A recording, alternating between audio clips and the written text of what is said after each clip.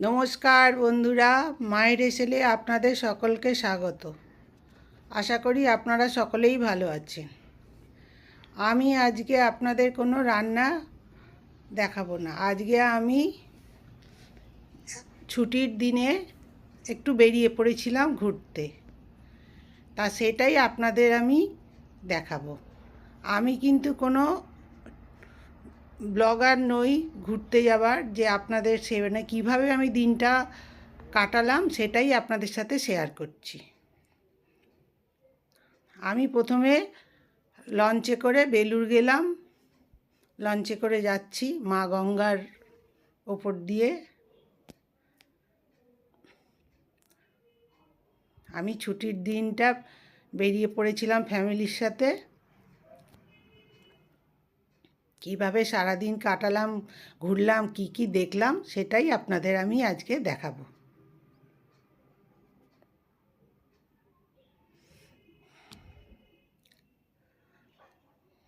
আমি ছিলাম, আমার বর ছিল, ছেলে ছিল, আর আমার বোনঝির ফ্যামিলি ছিল। বোনঝির মেয়ে, বোনঝি জামাই। আমরা যেখানেই যাই বেশিরভাগ সময় আমরা এই ছজনেই ঘুরে বেড়াই।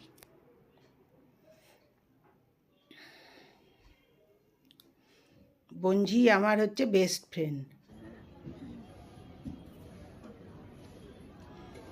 বেলুড় স্টেশনে আমরা চলে এলাম। লঞ্চে করে এসে একটা টোটো করে আমরা বেলুড় স্টেশনে এলাম।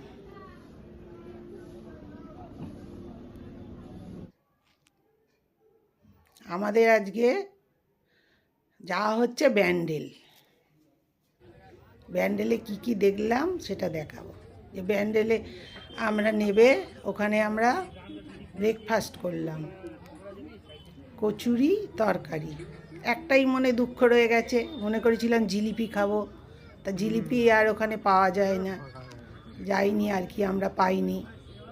এইটাই পেয়েছি আমরা, সেটা খেলাম। খেয়ে আমরা একটা টোটো সারাদিনের জন্য বুক করে নিয়েছিলাম। সেইটা করে আমরা প্রথমে যাচ্ছি লাহিড়ী বাবার আশ্রম।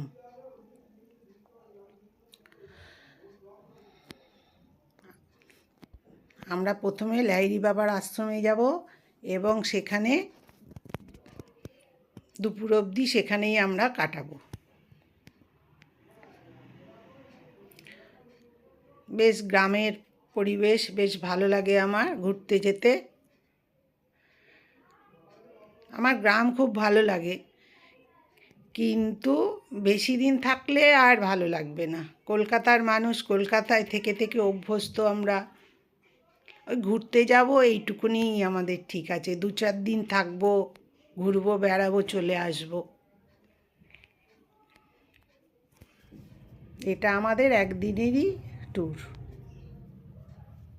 আপনারাও ইচ্ছা করলে এরকম বেরিয়ে পড়বেন শীতের দিন। এখন ছুটির দিন থাকলে সকালবেলা বেরিয়ে পড়লে সারাদিনটা বেশ ভালোই কাটে।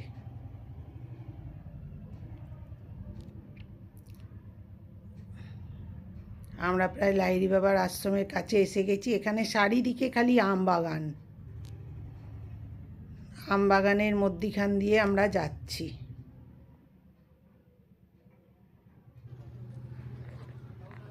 এইটা হচ্ছে লাহিড়ী বাবার আশ্রম, আধারালয়।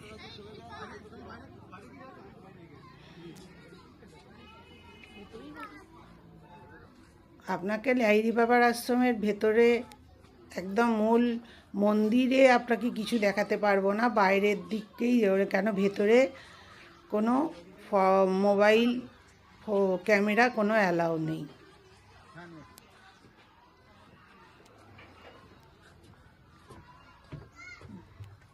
এমনি বেশ পরিবেশটা খুব ভালো, আপনার খুব ভালো লাগবে গেলে।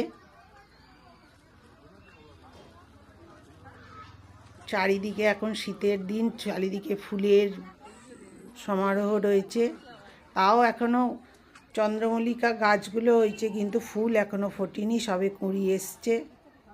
এদিকে হাঁস রয়েছে।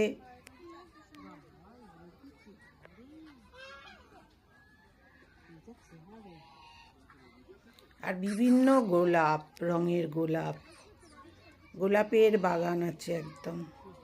ভর্তি। আপনি যদি আর কদিন পরে যান আরও অনেক ফুল পাবেন। আমরা তখন সবে কুড়ি এসছে চন্দ্রমল্লিকা ফুলের, ওই সব গাছগুলোতে আমরা দেখতে পাইনি, খালি গাছগুলো এই যে দুধারে, রাস্তার দুধারে ঢোকার, আর এই যে ভেতরে যত গোলাপ ফুটে আছে বিভিন্ন রঙের। ক্যামেরায় কতটা বোঝা যাচ্ছে আমি জানি না। সাদা আছে, লাল আছে, গোলাপি, খুব বড় বড় গোলাপগুলো।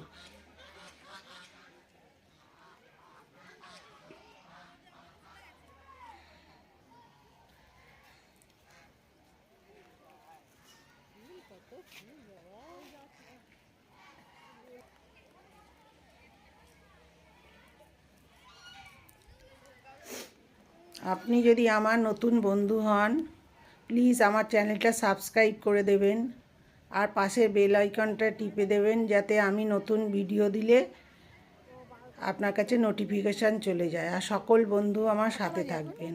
আর আমার যদি ভিডিও আপনাদের ভালো লাগে একটু লাইক, শেয়ার, কমেন্ট করবেন। এই আজকে বেড়াতে যাবার ভিডিওটা দেখে আপনাদের কার কেমন লাগলো একটু আমাকে কমেন্ট করে জানাবেন। আমরা এখন ভেতরে, মন্দিরের ভেতরে ঢুকে পড়েছি। এইটা হচ্ছে লাহিড়ী বাবার মন্দির, আশ্রম আর কি। ওর ভেতরে আর দেখা যাবে না, বাইরে থেকেই যা ছবি আপনাদের দেখাতে পারবো। অনেকটা ঠিক স্বর্ণ মন্দিরের মতো করা, চারিদিকে জল আর মধ্যিখানে হচ্ছে মন্দিরটা। আর ওই সামনে জল আছে, সেইখান দিয়ে যেতে হবে পা ভিজিয়ে, জলের মধ্যে নামতে হবে, নেবে তারপরে যাওয়া। আর এই বাইরের দিকে মন্দির আছে, এই যে জল দেখছেন, এই যে সোজা গিয়ে মন্দিরে ঢুকতে হবে।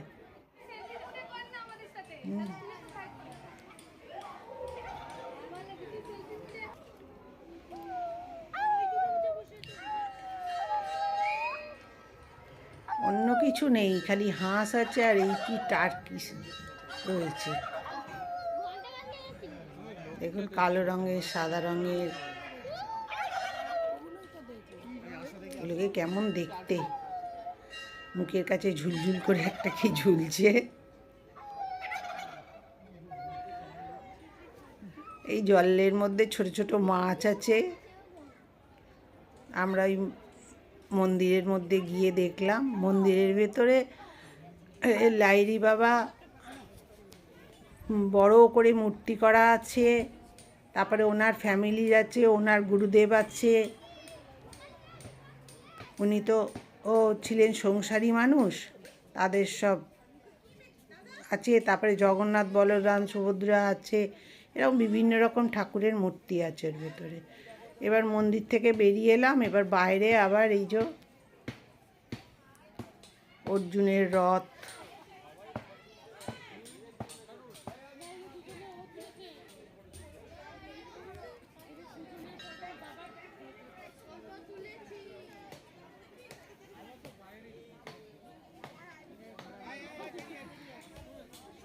এরকম সব বিভিন্ন মূর্তি তৈরি করা আছে। 15 তারিখ থেকে উৎসব আছে। এটা প্রবেশদ্বার, ভেতরে এরকম রাস্তা রয়েছে, ওর ভেতর দিয়ে ঢুকে যেতে হবে ভেতরে। আমরা ওখানেই টিকিট কেটেছিলাম, ওখানেই ভোগ খাওয়া। কেন আশেপাশে কোথাও খাওয়ার কোনো জায়গা নেই, ওখানেই আপনাকে গেলে দুপুরবেলা যদি থাকেন তা ওখানেই আপনাকে ভোগ প্রসাদ নিতে হবে। তার জন্যে 70 টাকা করে টিকিট কাটতে হবে মাথা পিছু। আমরা গিয়ে ওখানে 70 টাকা করে টিকিট কেটেছিলাম। আর 12টা বাজলেই গেট বন্ধ করে দেয়, মন্দিরের ভেতর আর ঢুকতে দেয় না। খাওয়ার ব্যবস্থা বাইরে। এইখানে আবার গেস্ট রুম আছে, আপনি ইচ্ছা করলে আপনি থাকতেও পারেন ওখানে গিয়ে। বাচ্চাদের এরকম পার্ক মতো করা আছে, লিফট করা আছে, ওই স্লিপ, বাচ্চারা স্লিপ খাবে, দোলনায় দুলবে।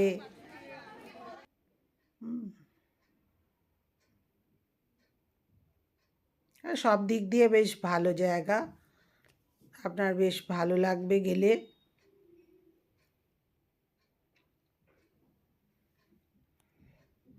আপনাদের কতটা কি বোঝাতে পারছি জানি না, আমি তো কোনো ট্যুর ব্লগার নই।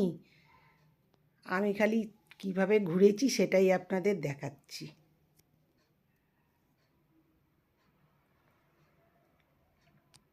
এই দেখুন, এটা বাইরে ঘুরছিল, তাই জন্য সামনে থেকে এঁকে তোলা গেছে। এই আর একটা মূর্তি করা আছে মা দুর্গার।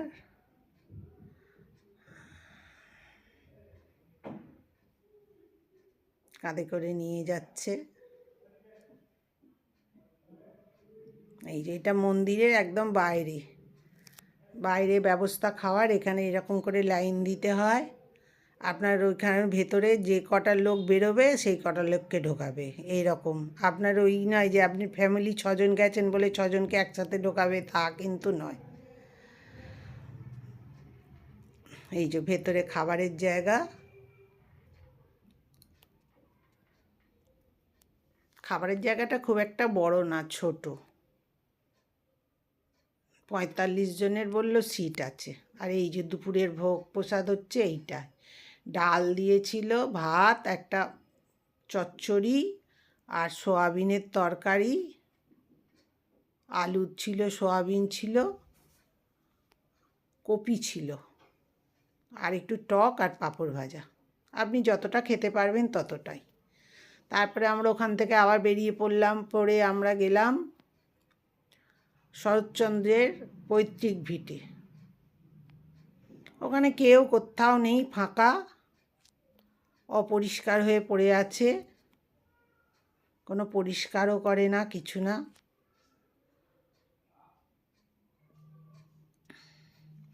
তবুও তো উনি একজন প্রণম্য ব্যক্তি। ওখানে গেছি আর ওনাকে দেখবো না, এই তো কখনো হয় না। এটা হচ্ছে পৈতৃক ভিটে ওনার। যে দরজা জানলায় ঝুলে ভর্তি, উই পোকা ধরে গেছে, তবুও সবাই যাচ্ছে দেখতে।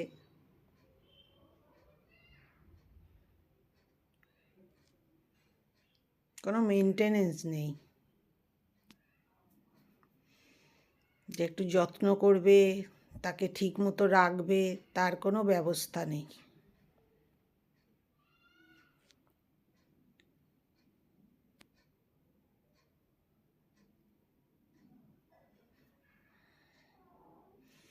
তারপরে আমরা ওখান থেকে বেরিয়ে আমরা চলে গেলাম হংসেশ্বরী মন্দির। অনেক পুরনো মন্দির। হংসেশ্বরী মন্দিরে গেলাম।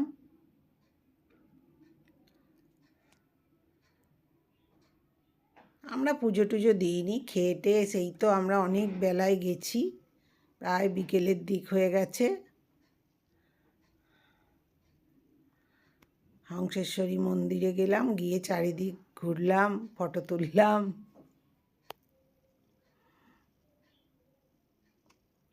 দ্বাদশ লিঙ্গ, যতগুলো চূড়ো দেখছেন তার নিচে ঠিক মহাদেব বসে আছেন, শিবলিঙ্গ আছে, আর মেন চূড়োটার নিচে মায়ের মূর্তি।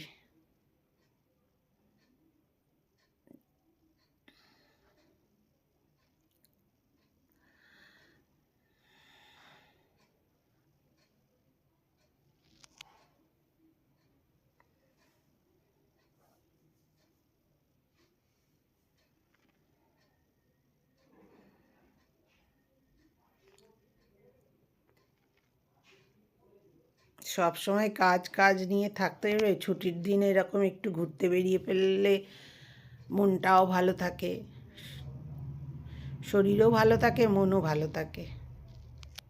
আর মন ভালো থাকলেই শরীর ভালো থাকবে।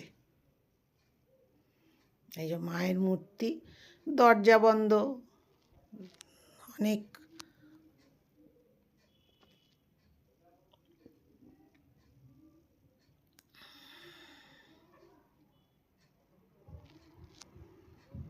এই যে মায়ের মূর্তি।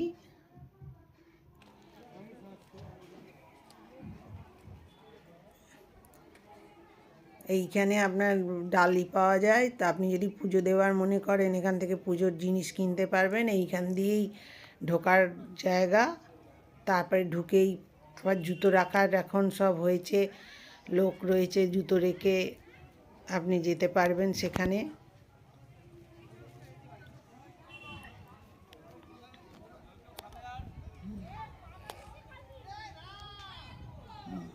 যে এর ভেতরে সব ব্যবস্থা করা আছে।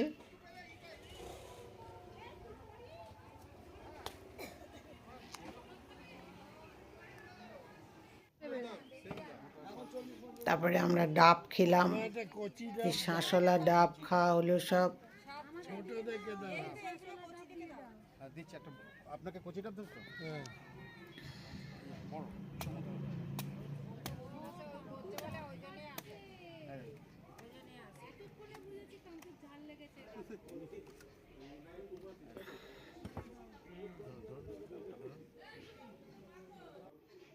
ডাব খেয়ে ওখান থেকে আমরা আবার বেরিয়ে পড়লাম ব্যান্ডেল চার্চের উদ্দেশ্যে। এবার ব্যান্ডেল চার্চে আমরা গেলাম। আমি অনেক দিন আগে ব্যান্ডেল চার্চ গেছি, তখন এত সাজানো গোছানো ছিল। এখন মাঠটা তো পুরো পার্কের মতো করে ফেলেছে, বিভিন্ন রকম মূর্তি তৈরি করেছে। যিশুর যত কিছু মূর্তি আছে সেগুলোকে সব তৈরি করে স্ট্যাচু করে সব দিয়ে সাজিয়েছে।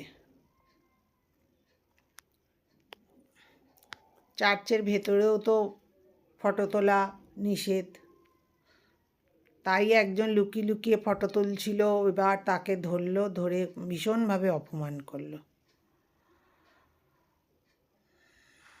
আমার ওই জন্যে ভেতরে কোনো ছবি তুলিনি। যেখানে বারণ সেখানে বারণ, ওইগুলো করতে গিয়ে অপমানিত হতে ভালো লাগে না। এই যে ক্রুশবিদ্ধ হয়েছিল যখন, তার উপর অত্যাচার করা হলো, তাকে নির্যাতন করা হচ্ছে, এই সব কিছু মূর্তি তৈরি করে লাগিয়েছে। মাঠের চারধারে এরকম করে লাগানো আছে। বিশাল বড় মাঠটা।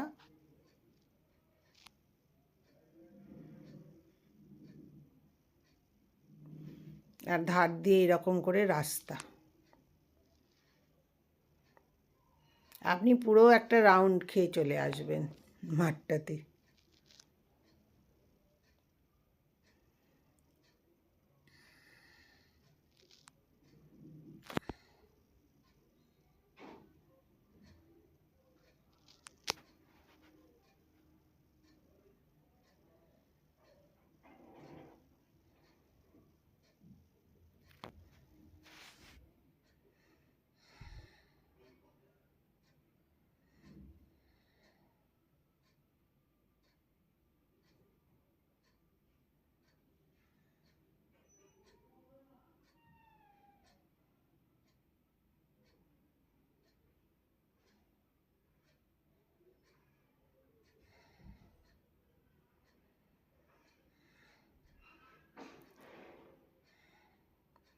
যে এখানে যিশু মেরি মায়ের কোলে রয়েছে, এখানেও সবাই মোমবাতি দেয়, ক্রসের নিচে দাঁড়িয়ে আছে। এখানে মোমবাতি দেওয়ার জায়গা রয়েছে। একদম সিধে সিধি ওটা রয়েছে, একদম চার্চের সিধে সিধে অপোজিটে চার্চ, আর মাঠের ওইখানে এই মূর্তিটা আছে। এইসব ধারে ধারে সব এইসব মূর্তি রয়েছে স্ট্যাচু করা।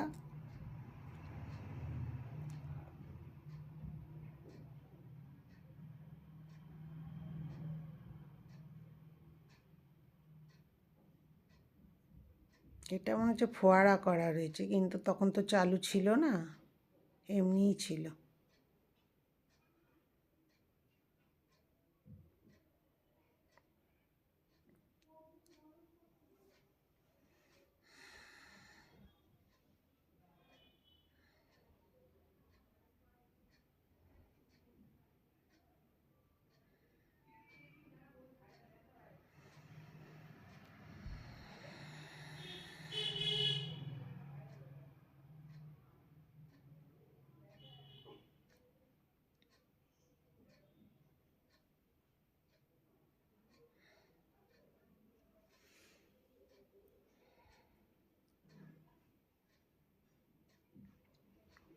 ব্যান্ডেল চার্চে গেলে এখন এইগুলো ঘুরে ঘুরে দেখতে অনেকটা টাইম আপনার লাগবে, ঠিক মতো করে যদি ঘুরে ঘুরে দেখেন।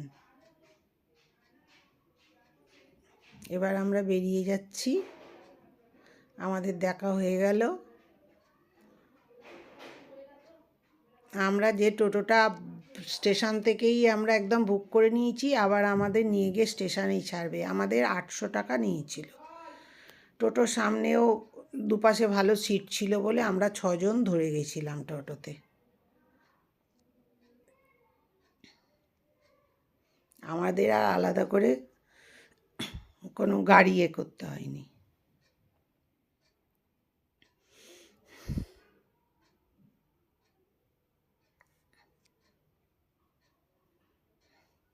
ওরা একটু বেশি ভাড়া বলবে, আপনাকে একটু দরাদরি করে নামাতে হবে।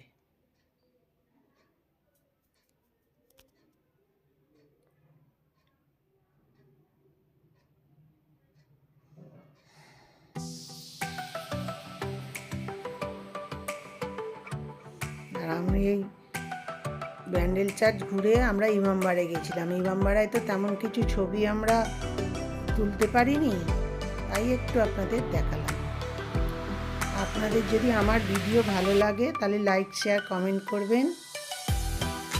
আর সকলে আমার ভিডিও দেখার জন্য সকলকে ধন্যবাদ। সবাই ভালো থাকবেন।